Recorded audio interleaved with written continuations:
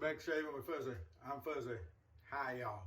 So it's Sunday evening, and had some more good news over the weekend. Everything finally coming back together, so I think it's going to be okay. So Tuesday, to jump right in on the good news, I start back with the company that originally removed me from the plant, but I'm going to go with the Baton Rouge office instead of the New Orleans office, and it was offered a spot that put me back within $1.50 of my pay. It's back at the supervisor job. It's back in 8 hours, night shifts, mostly 8-hour night shifts. There's some 12-hour shifts thrown in, but by doing the 12-hour shifts every once in a while and by doing one swing shift every other weekend off. So it's back, kind of a decent job again. So we'll see. I finally got a chance to interview. It took me about less than 30 minutes of an interview to get back to work. That's one thing I'm going to rant about for a while. I put in for a lot of jobs, and you have to get by the artificial intelligence, the AI reading of your answers to questions and your, what do they call it, assessment and things of that nature. Old guys, I don't think do very good with those assessments. I don't know what they're looking for, but they weren't looking for me. But I finally actually got to talk to somebody. And when I got to talk to somebody, I got a job back that I wanted. So anyway, I will say this. The company I was working for wasn't paying very much at all. They were paying me something. It was some work. It'll be a bridge a little bit. But they also got me my armed card, which I needed for this job. And so by going with this company that I wouldn't normally have hired on because of the pay, they provided me with a gun class. Now I'm paying that gun class. I pay for that gun class. It wasn't something they were doing free that I'm taking advantage of. Even if it was, I would probably still have to take advantage of it for the job. But anyway, it's not that way.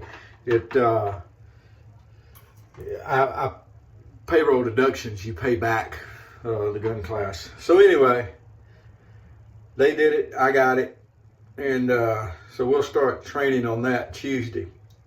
So maybe the little drama, and I can keep away from work drama, because really I don't like work drama at all. But that's just the way it goes. Well, anyway, it's Sunday. This is the first Sunday of the month, and that is Lather Catcher Sunday. So over at Toast, I set that up. I'm the one that made that happen, and a lot of times I forget about it. So anyway, I remembered it this time. So here we go. We're going to do a Lather Catcher shave. I was going to do a shave with the Auto Strop B that Tom sent me, but it's going to have to wait probably till tomorrow because I wanted to get the Lather Catcher shave in. So I was already planning on using Rose of Bulgaria. This is absolutely one of my favorite Bulgarian creams because of the rose, and I'm a huge rose fan when it comes to shaving creams and stuff. I'm going to use the Sterling boar brush that we recently started using. Got to play with the new toys, right? And then to finish up, I love roses. My mom used to plant roses. Mom loves Stetson, so there we go. We're going to put some Stetson in. Now, on to the star of the show is a razor. This is my 1913-ish. And as I've explained before, I say that because they made pretty much identical razors for a series of years, and I picked one kind of up in the middle of it, and we call it the 1913-ish. I've already got a blade in. It just loads in from the top like all the other ladder catchers. Make sure that it's not, that it's under the blade, stops, and pop the little lever up in the back, and it's ready to go. One neat thing about this one is, let me unscrew the handle here for you. I have a couple of different of these sets that have the stroppers, where you used to, with a thicker blade, you would strop the blades and make them last longer. So this one is in the handle, and you pull it out, and that's what it looks like. I keep forgetting the camera on the phone is actually not in the middle. And then you would just screw it back on top of the handle, and then you would have your handle, and you would slide your blade in, and you would hone your blade, and when you got through and cleaned everything up, you just slid right back down into the bottom of the handle. So there we go. That's how this set works. I've got a couple of different ones that still have the stropper attachments, but this is an absolutely outstanding razor. It's one of my best. A little short handle. Some people don't like that. Whatever. There you go.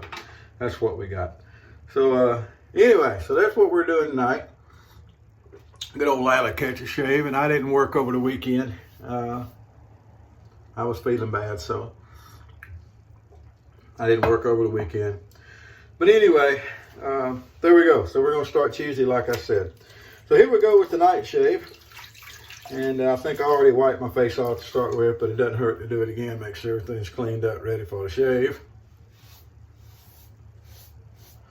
There we go. That's going to be nice. I love these creams. Bulgarian creams, if you get a chance to use them, they are just top quality creams. Rose of Bulgaria is one of my favorites. It really is. And what we're going to do is, we're going to do the old, we're going to take a little bit and put it on a couple of dots on our face. Someone once told me when I was starting in the creams, I always started them, on the brush or whatever. And they said, well, you like to face lather, so you should face lather with your creams. And what they did is they put 3 dots of lather on. And so I started doing that. It works good. You can also put the cream right on the end of the brush, but I think when you do it that way, you end up using more cream. You end up wasting some cream. I don't know. Maybe not. So look at that. Big old sterling bore brush. Now, a lot of people think that when you're doing this with a cream, you need a badger brush. It doesn't matter. Bore brush is just fine. The better they're broke in, the better it is. Now, this brush hasn't been used a whole lot, doesn't feel like, but it's still got a good feel to it. And it's plenty good, as you can see, for doing this. We'll add water a little bit at a time by just dipping the end of the bristles in. Oh, that's a wonderful rose scent. Wonderful, wonderful. Some of the different soaps I have kind of a synthetic rose scent. Now, I'm not saying it's bad. The Soapy Science, I think it is, that I was sent. Someone sent it to me because it was a rose scent. Young lady makes it. I think it started out as a science project, and then she started making a little money off of it. I don't know how she's doing these days. I haven't checked. But her rose, it's a good rose. It's a good scent, but it is kind of a synthetic smelling scent. This is a very pure rose scent. Soap Commander, their rose scent is a very pure rose scent. And then I have a Sterling that's good, and a, what is it, GEO Trumpert or whatever it is, another cream. And it's a good scent. It's got a red tint to it. It's not a white cream. It's got a red tint to it. So I've got several really good soaps and creams in rose. And it's wonderful. I love a rose scented soap. Wouldn't work as an aftershave or anything, but as far as the soap goes, I think it's great. All right, so there we go. That's going to be our lather for today. Now, a lot of times, this is an extremely vocal razor. And I've always loved that about this razor. I gave one of these to a buddy of mine that's now moved back to Turkey, and it's one of his favorite razors also. These things are they're just outstanding. Even in a field of really good razors, and just about all the lather catchers are really nice razors. Even in that field, they stand out as being really nice. And another little something that's coming, thinking of talking about lather catchers, I had a conversation with Tom out in California. He's the one that did the Tensor, Tom's no-name SE razor, and then he did it in aluminum, and then they printed one, the 3D version. And I've got one of those we've had several shaves with. It's that same guy. He actually got a 3D printer. And I mentioned something about 3D printing a lather catcher style head, and he is working on that. And once we get some stuff together, he's going to send some out to test. I'm going to get on the list. Hopefully I can get in on the test, and I think he's calling it the fuzzy catcher right now. Isn't that neat? And then we'll have a 3D printed one of the lather catcher style razors. I had an idea for holding the blade in. He had a better idea for holding the blade in, so he's going to go with his idea on the blade. We're going to see it all. He's already shaved with a prototype, said it did good. Saw a few things that needed fixing. So he's going to do that. He's a very, very talented machinist. And people like that are amazing to me with what they can do. All right, so that was the first pass down. Let's go with the second pass. Right here. Well, these old lather catchers are just awesome. They could have stopped making razors with these and it would have been just fine. Don't go yelling at Fuzzy about progress. I understand progress. Believe it or not, progress is not always good.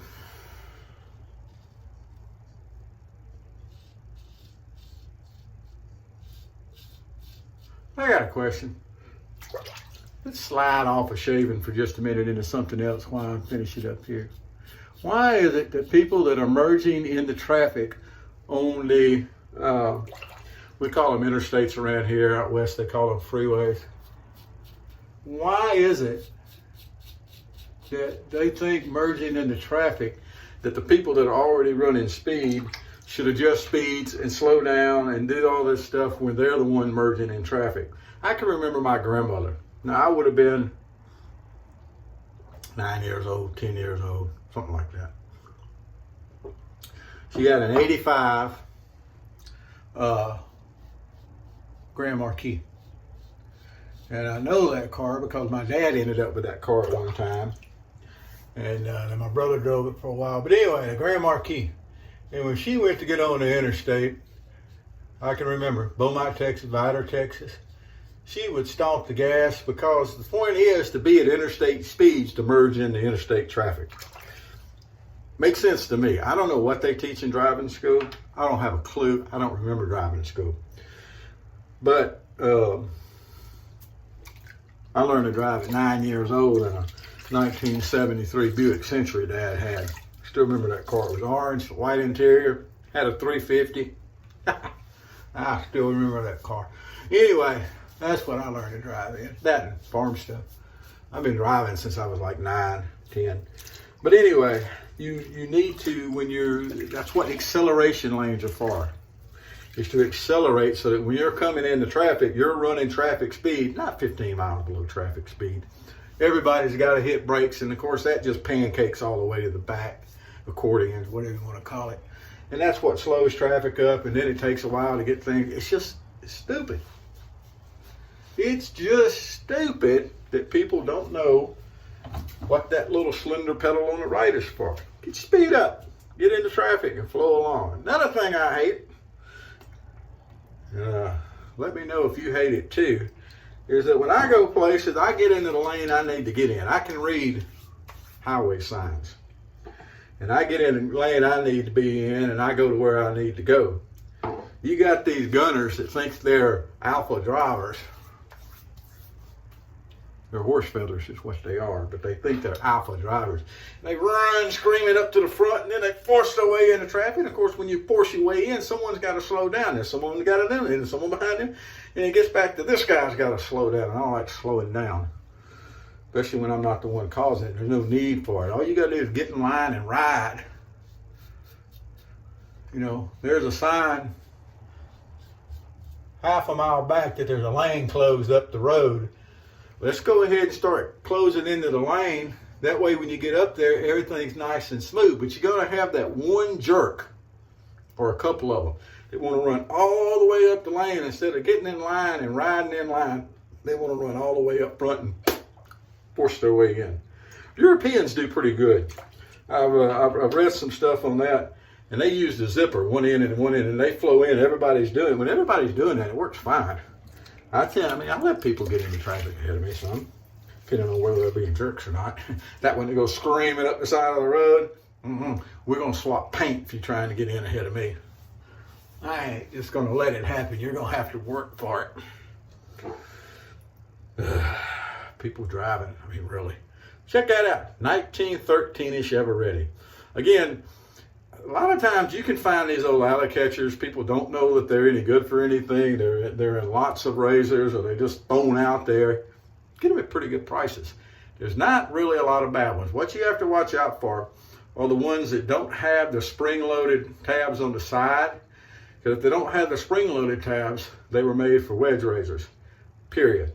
If they do have the spring loads on the side, then you can use a modern razor. Now, you can use the ones that aren't spring-loaded. You just have to have some kind of, and I hate to use the word, but this is a case to where you would have to use a shim if you were using a razor that was originally made just for wedge. Now I'm talking, I've got an about an 1898 model here, and it's made just for wedges. You can't use a modern blade in it. Now the problem I have on this one is it had little screws in the side here so that as the blade wears, as you hone it, you can adjust how far the blade hangs out. The problem with this one is, if you can see under there, the blade's hanging out over. So it's really just an open blade when you use it. Now, that being said, I can use it. That wedge blade just needs some work. But anyway, so when you're buying them, be sure that they got the little springy thingies on the side so you can use a modern blade in them. The ones that do have the little springy thing inside, don't shim them. There's no need to shim them. It's not going to change the shave enough. Trust me, I've done it. I've been there. I've tried it. It don't matter. It don't. You want to shim something? What do we say? Go install a window. Absolutely. Alrighty then. That's our Lather Catcher Sunday shave with some good news from the fuzzy here. And now I can stop talking about my work drama. I'm sure everybody is as tired of it as I am. So this is a really nice aftershave. This is Stetson, but this is the more modern moisturizing. Cooling moisture, they call it. Still get it at Walmart. It's not really expensive. It's got that great Stetson scent, but if you like a little more moisturizing feel to your face, yeah, I care less, but some people actually like that kind of thing. Then it would work good for you. So there you go. That's what we're doing today. That's our old guy smelling shave. Because I'm telling you, Stetson's old guy smelling. A little good dark roast with chicory. This is actually a store brand coffee that I get every once in a while over at a place we have around here called Rosh's. If you're down in this part of the world, the Rosh's store coffee is generally cheaper, and it is good coffee. So it's kind of fuzzy approved. There we go. Y'all have a great day. Appreciate you listening to me rattle. All the good vibes that have been coming along with all this work drama BS. And, let's go back to ranting about traffic and things of that nature. Huh? All right. See you. Whoever you are, wherever you are, whatever you're doing. Happy shaves to you.